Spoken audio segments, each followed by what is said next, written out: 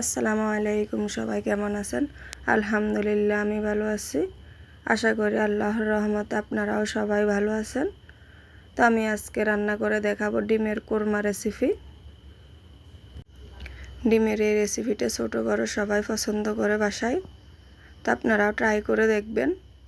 তো চলুন মূল রেসিপিতে চলে যাই। তো আমি এখানে সব উপকরণগুলো নিয়ে নিয়েছি।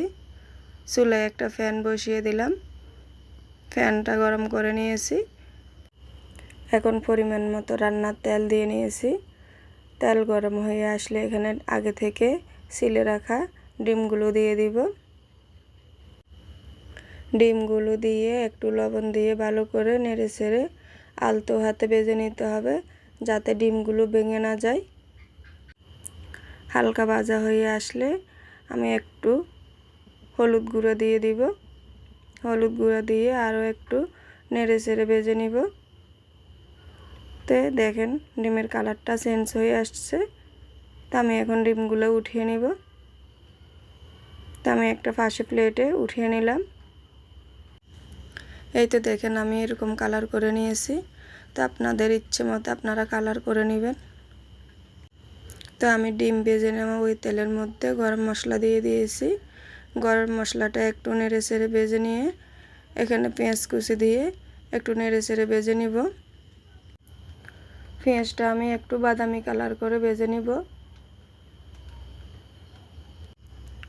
পেঁয়াজ বাদামি কালার হয়ে আসলে এখানে আমি আদা বাটা ও রসুন বাটা দিয়ে একটু ভালো করে নেড়ে চেড়ে ভেজে নিব, যাতে আষ্টে গন্ধটা চলে যায়। তো এখানে আমি বাদাম বাটা এবং নারকেল বাটা দিয়ে আরও একটু নেড়ে চেড়ে কিছুক্ষণ ভেজে নিব। তো এই পর্যায়ে আমি এখানে গুঁড়ো মশলাগুলো অ্যাড করে দিব। পরিমাণ মতো হলুদ গুঁড়া, মরিচ গুঁড়া, জিরা গুঁড়া, ধনিয়া গুঁড়া ও গরম মশলা গুঁড়া দিয়ে ভালো করে কষিয়ে নিয়েছি। এখন আমি এখানে হাফ কাপ পরিমাণ টক দই দিয়ে আরও কিছুক্ষণ কষিয়ে নিয়েছি। মশলাগুলো ভালো করে কষিয়ে এখন এখানে আগে থেকে ভেজে রাখা ডিমগুলো দিয়ে আরও একটু নেড়ে চেড়ে কষিয়ে নিব। তো এখন আমি এখানে ঝোলের জন্য তরল দুধ অ্যাড করে দিলাম 2 কাপ পরিমাণ। দুধ দিয়ে একটু নেড়ে চেড়ে ঢাকনা দিয়ে রান্না করে নিয়েছি কিছুক্ষণ। ঢাকনা খুলে একটু নেড়ে চেড়ে কাঁচামরিচ ফালি দিয়ে দিব পেঁয়াজের বেরেস্তা, 1 চামচ পরিমাণ ঘি দিয়ে একটু নেড়ে চেড়ে সব কিছু মিশিয়ে দিব। তো এখন আমি এখানে 1 চামচ চিনি দিয়ে দিলাম। চিনি দিয়ে আবার একটু নেড়ে চেড়ে ডেকে কিছুক্ষণ রান্না করে নিব। তো যারা দেখতে দেখতে ভিডিওর এই পর্যন্ত চলে এসেছেন, লাইক কমেন্ট শেয়ার করে পাশে থাকবেন।